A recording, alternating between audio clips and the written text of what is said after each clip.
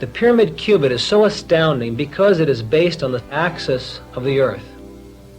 Also, exactly 100 pyramid cubits form one side of the modern British acre, computed to be 1 myriad millionth part of the Earth's surface area. Satellite measurements during the International Geophysical Year confirmed Herschel's calculations. Therefore, the pyramid builders knew the size of the Earth more exactly than anyone else until the last 200 years. All this and many more aspects of the Great Pyramid's construction indicate higher engineering skills than we knew possible in that age, but they indicate an even more advanced knowledge of mathematics, geophysics, and astronomy. The scientific students of the Great Pyramid found themselves confronting another question. Where did the pyramid builders get their knowledge? Could God himself have dictated the blueprints, just as he did for Noah's Ark and Moses' tabernacle? If the pyramid was divinely engineered, they said, there should be evidence of more than just a physical understanding of the earth. There should be spiritual significance, possibly even prophecies of the future. The peculiar fact that the Great Pyramid is the only pyramid to contain an ascending passage system intrigued Robert Menzies. Perhaps, he said, the passage system was a symbolic diagram of human history. If so, important events and dates must be marked in some way.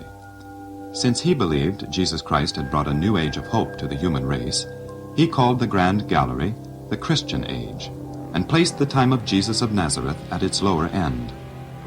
To test his assumption, Menzies looked for a time measuring system in the Great Pyramid.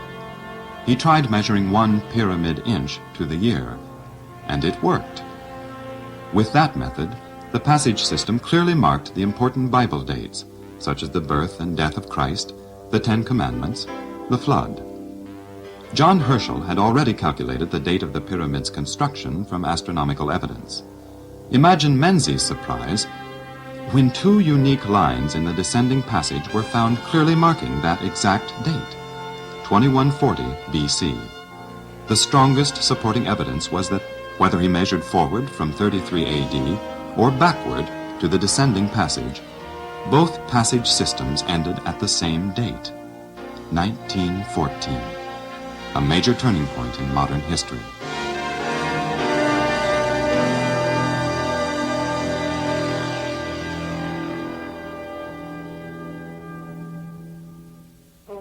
These discoveries attracted many enthusiasts to the study of the Great Pyramid.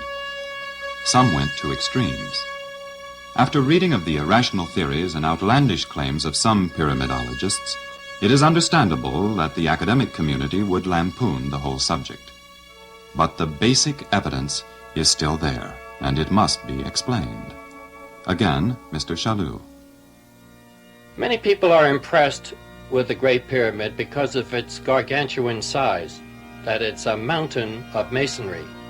People wonder why I have given lectures for the past 30 years, why I wax so enthusiastic about this structure. It's because of its sacred symbolism, that it's a structure that has an important meaning, that it is referred to in the Old Testament scripture as a sign and a witness unto the Lord.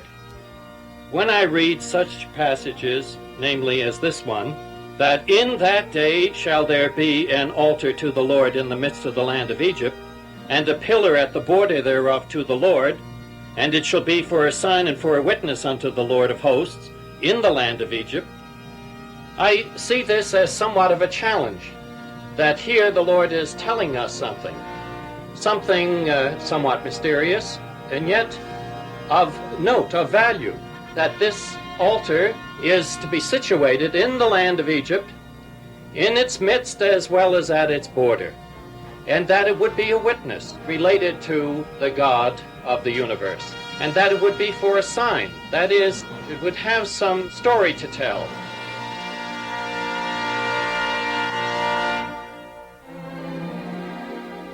The meaning of Isaiah's curious prophecy, according to the Bible, Shem lived 502 years after the flood, or more than 150 years beyond the building of the pyramid.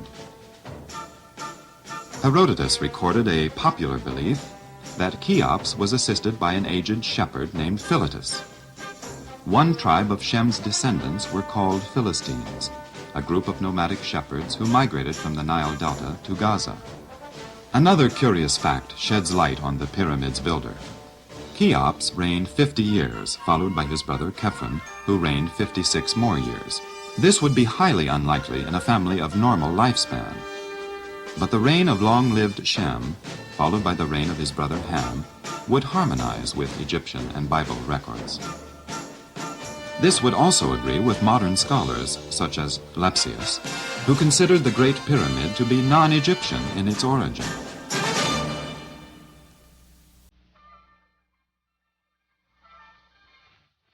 Scientific insight, engineering excellence, links to the Bible, a non-Egyptian builder.